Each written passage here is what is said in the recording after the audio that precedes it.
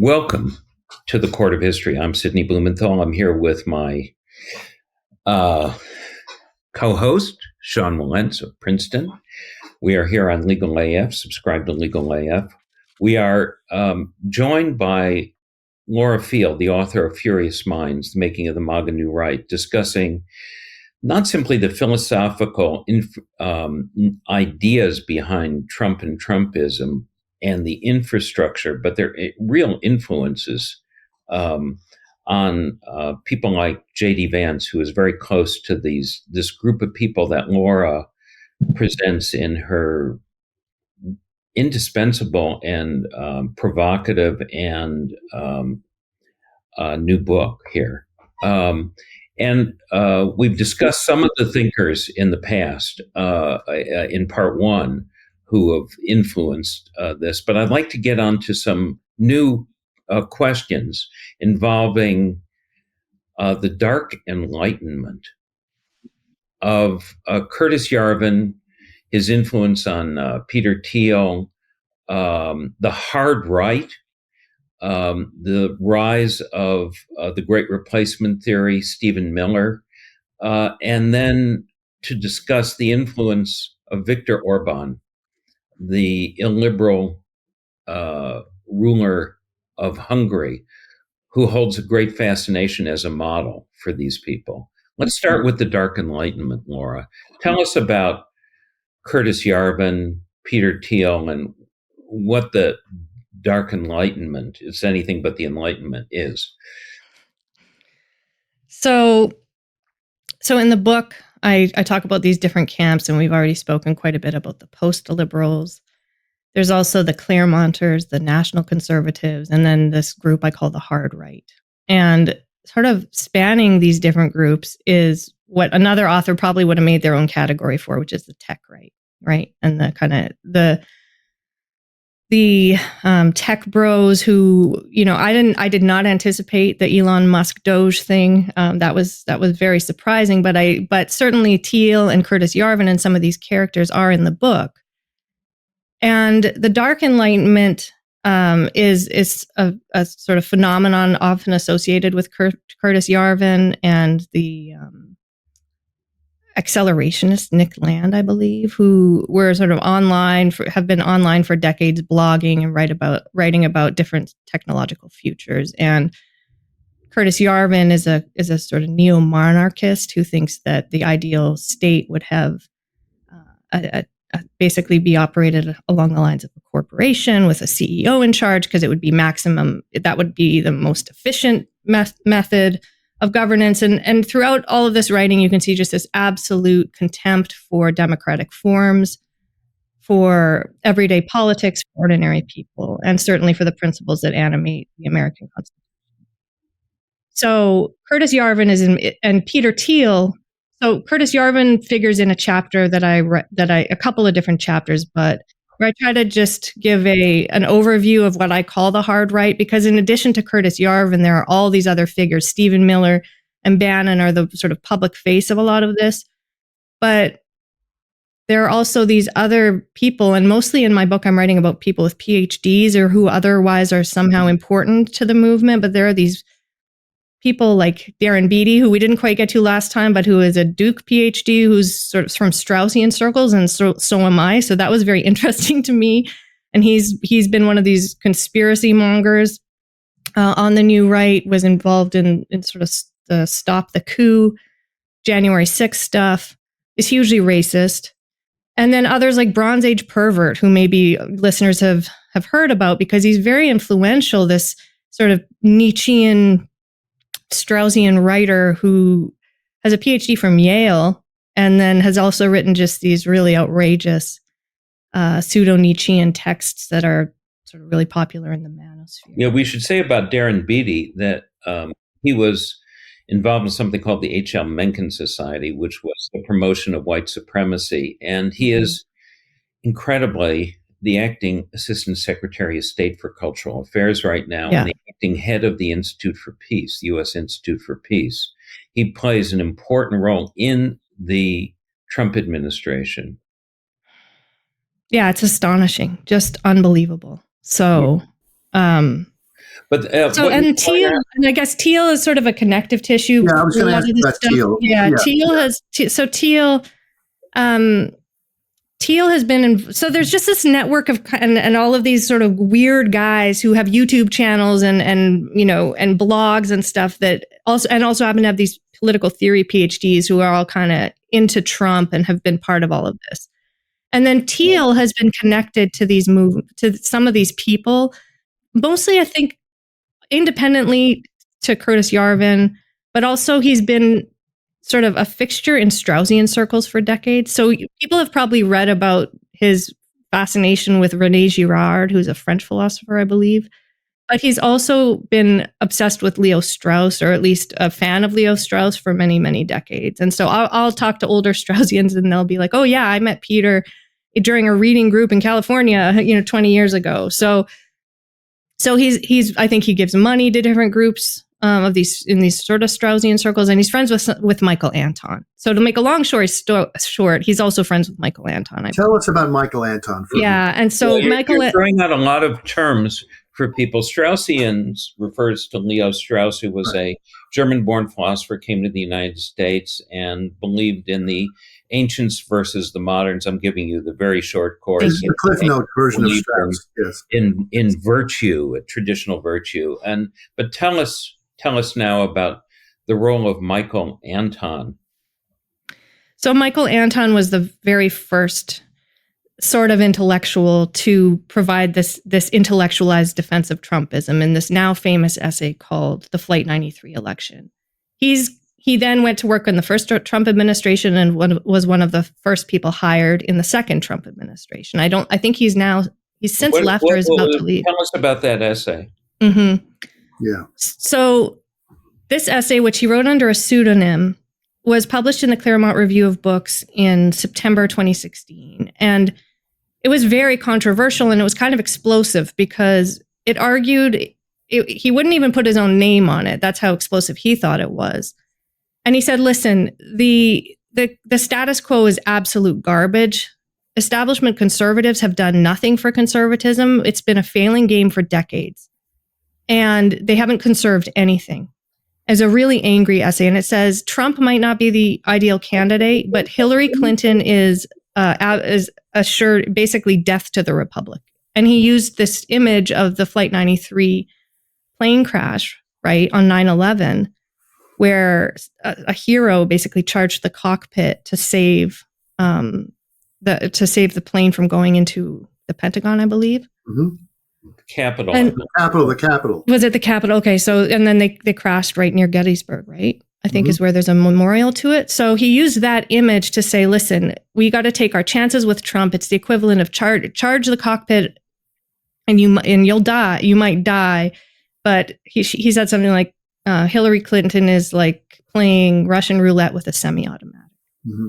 So he uses this really ugly imagery to suggest that Trump is the only reasonable option for the country to save the country. And it's of a piece with the whole mood of the Claremont Institute, which is this think tank in California. Since then, it's been quite radicalized. They've all sort of gotten on this Anton train. The institution has changed quite a bit. And it's all kind of this counter-revolutionary fervor where the basic argument is that things have become so bad that it justifies anything. So it justifies January 6th, justifies what's happening today.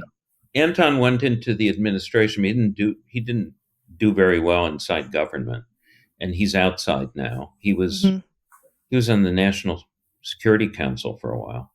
Mm-hmm. Yeah. Yeah. Tell us. He doesn't. I don't know if he just doesn't get along well with people or what's going on with Anton. Tell us about the influence of Viktor Orbán on this whole movement. It's very fascinating. They all seek Orbán's approval and suck up to Orbán. You can watch videos where they're interviewing him, and they're kind of are just absolutely in awe of what Orbán has done, and they constantly minimize. And that's, I think, I guess that's true across the different camps that we've discussed. So the National Conservatives are the one group we haven't talked about, but they they're sort of the organizing big umbrella group, and what they care about is nationalism. So preserving the American nation, which they view as very homogenous, Christian, and so forth. So they have been they've invited Orbán. They've had Orbán speak at their conferences.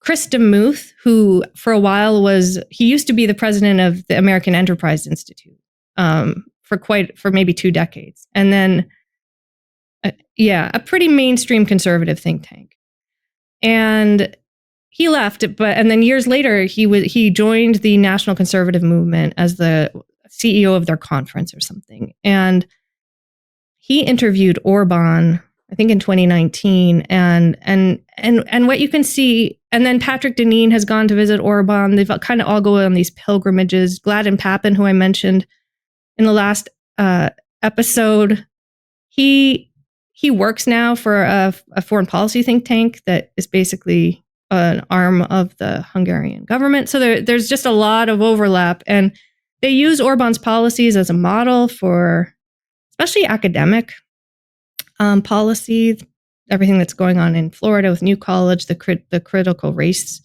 the purging of faculty, closing of gender studies departments, all of that stuff is inspired by Orbán. And when you see them talking with Orbán, they never, and writing about Orbán, they constantly minimize or never give any, they don't care about what he's doing to democracy. Yeah. They minimize that. They act like it doesn't matter at all. There's a whole attack here in the United States on civil society across the board, involving the universities, now on the foundations and nonprofit groups and non-governmental organizations, but also law firms and, just all across the board. And it's not simply Trump's attempt to coerce them and use them for his own purposes. There are larger ideas behind this that have led to this further attack, involving characters like Christopher Rufo and also the people influenced by Orbán. Rufo's very influenced by Orbán. He spent months in Hungary being paid by them. And you've got Curtis Yarvin, who was he's opposed to democracy, and he refers to all this as the cathedral that needs to be destroyed, the cathedral of liberalism. Tell us about all this attack on civil society, and why you feel that it needs to be torn down. To them, it's the enemy. Mm-hmm. Yeah, they use different language, the different camps, but they're unified by a number of different things. And anti-pluralism is one, but anti-elitism is another. So there's a way in which this is just a straightforward populist movement. But they will talk. Curtis Yarvin talks about the cathedral, and for him that means academia, the media, and most corporations, right? All of the professional zones of our culture that have all this power, he thinks are sort of like one unified blob of basically ideology, of leftist ideology. And I think it sort of dovetails with what is commonly called wokeism. But they have this idea that it's very monolithic, and that it's a very conspiratorial kind of idea, like it's all controlling and everybody's subject to it, and they basically think there isn't civil society because everybody's subject to this regime. George Soros, among other people. Yeah, to George Soros. And they will all use, Patrick Deneen talks about liberalocracy, right? That going back, like someone like Sam Francis or James Burnham talked about the managerial elites, right? And so there's all this language that's built up, and there's a lot of resources they have intellectually to make these arguments, and I think that we have to grant there's some truth to some of this, right? We can see that there's a kind of, I think what Tocqueville would have called soft despotism, where the public gets caught up in certain ideas and it becomes a kind of groupthink. Like groupthink is here. It happens. There's no denying it, but that's also just, that's okay. That's part of democracy. You fight it. There are ways around it. You contest each other. I think we could use more of that in our culture. Like I'm all for sort of more open contestation. But so much of this is just such bad faith and so inaccurate as to how the world actually operates. So they've just got all these bundles of grievances that then they project onto professional elites and women, especially some of these guys, because a lot of the stuff about the managerial elites and the cathedral is that it's super feminized. And so, and like Bronze Age pervert, this other weird character calls it the longhouse, which is just like these middle-aged pecking hens who control everything. Right? So it's like, so it gets really ugly. And so that's one of the things. They are all pretty united against the what they call the regime. And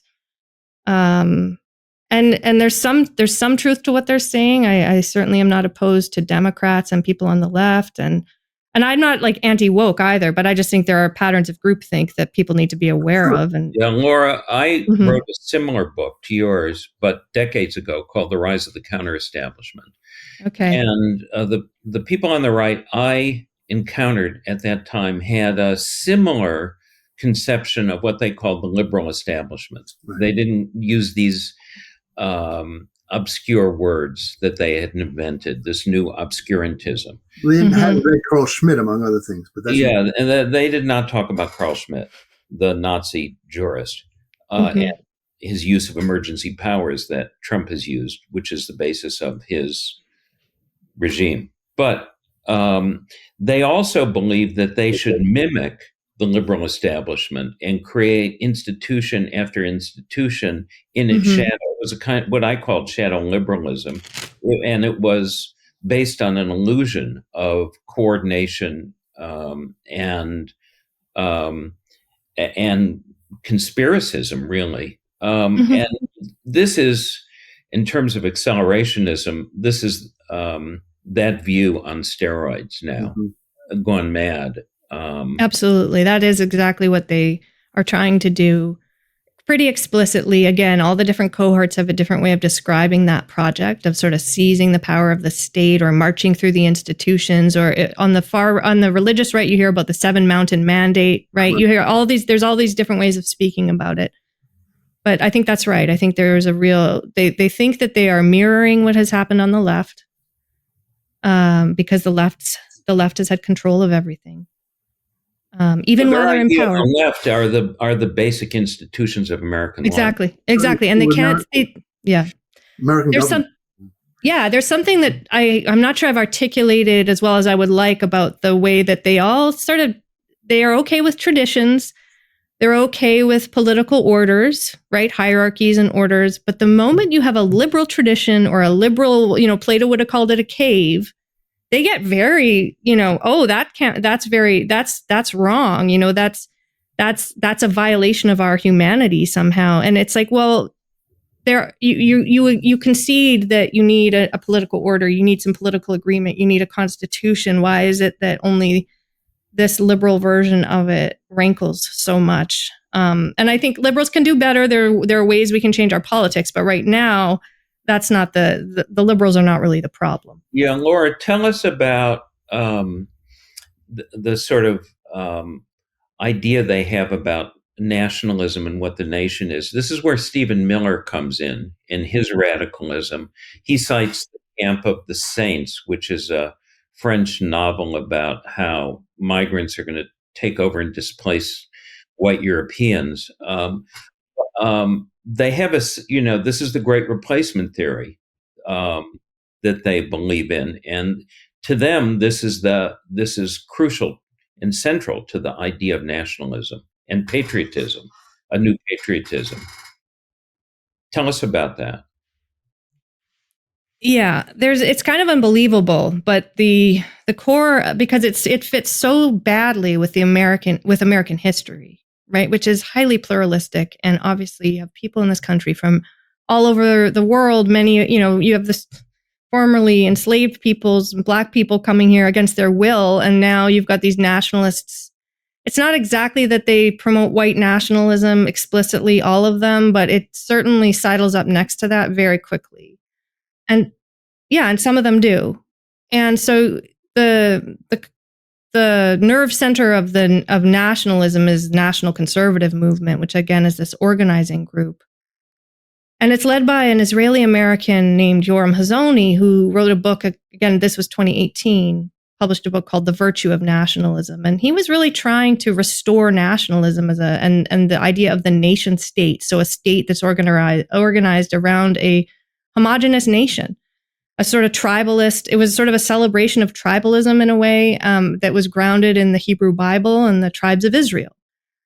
And it's a very weird book from a political theory perspective, kind of interesting, but also just very strange. And so his idea is that to have healthy politics in the world, we need diverse nation states, different states that all represent these different traditions and values and peoples. But domestically, it has to be pretty homogenous. And so he's even advocated for Christian nationalism in America, even though he's Jewish. He's Orthodox Jew. And so he's almost gotten to the point where he advocates for we might have fewer rights, but probably it's like he just thinks it will be okay for Jewish people if there's a rampant Christian nationalism taking over the country, because that's what you need to preserve the American nation. He's held in high esteem by this MAGA new right, Hazony. He's also an Israeli. He also venerated Meir Kahan, the fascist Israeli leader who was assassinated, and he was an advisor to Bibi Netanyahu. Yeah. Interestingly, you point out in your book that at a national conservative convention, Josh Hawley, who is very much part of this, sort of hilariously recited from a poem, Horatius at the Bridge, who and was corrected by Hazony for citing the Romans as the inspiration of virtue and not locating it in the Old Testament, and somehow, criticizing Hawley as not being biblical enough.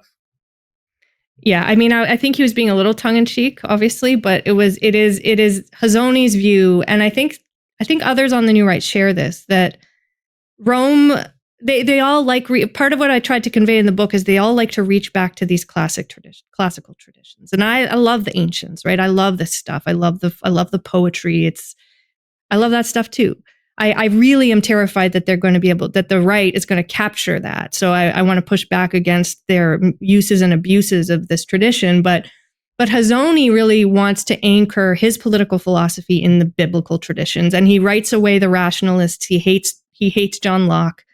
He thinks the Greeks probably got most things wrong, and the Romans are also probably just a little dicey. So he was probably being a bit jokey there with Hawley, but overall you do see a kind of really radical desire to reject modernity. I mean, Patrick Deneen tries to write out all of the early moderns from his education programs. It's very surprising. It's not how I understand liberal education. It's not how I understand the political traditions we should be embracing, but that's what a lot of them are up to. Yeah, and let's just, as a footnote, note that Thomas Jefferson, albeit a slaveholder, as Lincoln said, was also the author of the Declaration of Independence, and the portrait of John Locke hangs hung by Jefferson at the entrance to Monticello. So how do they define this second administration Trump regime? You cite Rome. Do they exalt Caesarism? I don't know how they defend this. We're perfectly, but they are happy to make peace. They pretty much at this point, they are happy to inform policy. So the Doge stuff, I think that taps into all this stuff about trying to shrink the administrative state, which is the Claremont priority going back a long, long time. So you have these continuities of thinking, so that I think they could make fit with their ideology, and so too with U.S. aid and the destruction of a lot of these agencies, but I also think a lot of it is just at this point backpatting whatever Trump wants to do, or Vance. They're backpatting their priorities post facto. I don't think that. So we'll see. I think things are so outrageous, a lot of what's happening, that it's really hard to understand but what I can say is they don't seem to be speaking out against it. There is maybe one guy on the new right, Sohrab Ahmari, who consistently pushes back against the worst of what's going on, but it's crickets as far as I can tell from the rest. Going back to something that Sidney just mentioned about John Locke, I mean, how do these guys square what they're talking about with the American founding, with, the framers, with the kind of government that actually they were not only the kinds of people they were reading philosophically, but actually the institutions that they built? It seems to me as if this is an attempt to overthrow the American founding philosophically. But how do they try to square this? So if you look at Michael Anton, it's very interesting. And before he did that Flight 93 essay, he wrote this. He and a few of these other characters, including Gladden Papin, who's the post-liberal guy, they had this blog called the Journal of American Greatness, and this is probably one of the most shocking things I found in my research. Because the Claremont group are the heirs of Harry Jaffa, who loved nothing more than the Declaration of Independence and Abraham Lincoln and the founding. I mean, he had his problems, but right, and would get into these epic arguments with other conservatives about this stuff.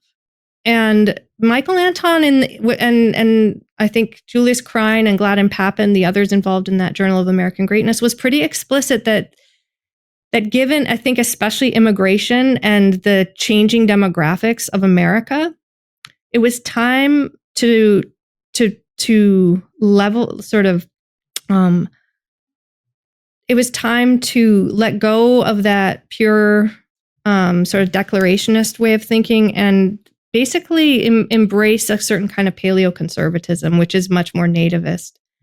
And he called himself a Paleo-Straussian.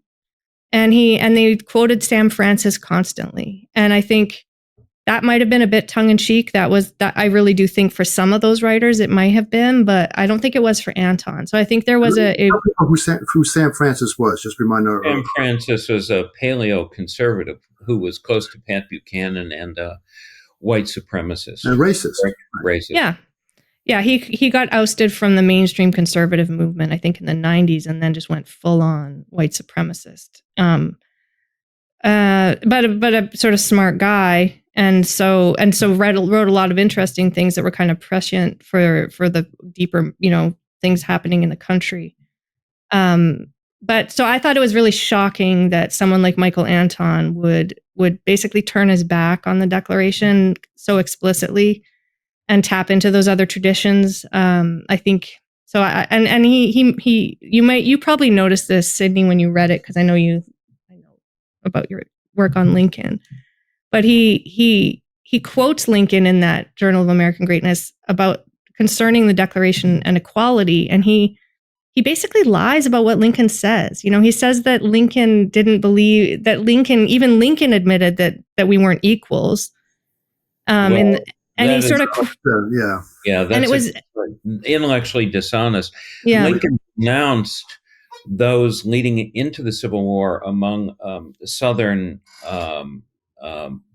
secessionists. They became secessionists who denounced the Declaration of Independence, particularly the phrase "all men are created equal." And he says, they're hawking, said Lincoln, at the Declaration. Lincoln spoke about this quite often and explicitly, and anyone who wants to read any of his debates with Douglas in 1858, he speaks about that, but also in the Cooper Union's speech of February of 1860. I urge everyone to read that. I've written an essay about that recently in the New Republic.